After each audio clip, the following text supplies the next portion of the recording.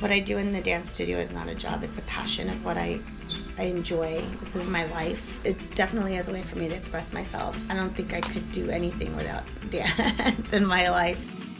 My stage name is Annette Champion Flores. My regular name is Annette Flores. I am an adjunct professor at San Antonio College. Things that I teach are ballet, jazz, modern, contemporary, and flamenco.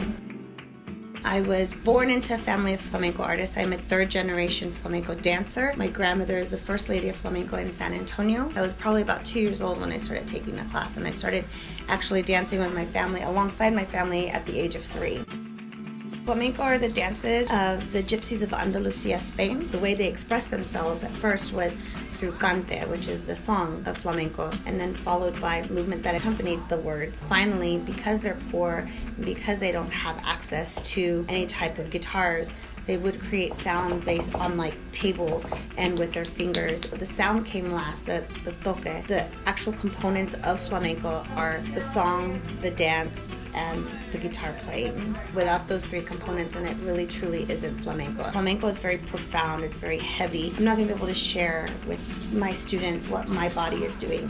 And I'll always tell them, you're not gonna be able to present your face the way I am because I'm feeling something different than what you're feeling. So you have to find that connection to the movement. What's the story that you're trying to share through your body, from your soul? You may not connect with the words, but if the dancer and the singer are portraying it powerfully, you are going to feel the pain and the sorrow that these people went through. So it's really amazing that as flamenco dancers and flamenco artists, we're able to share our own stories of what our bodies are made out of. It just makes me happy.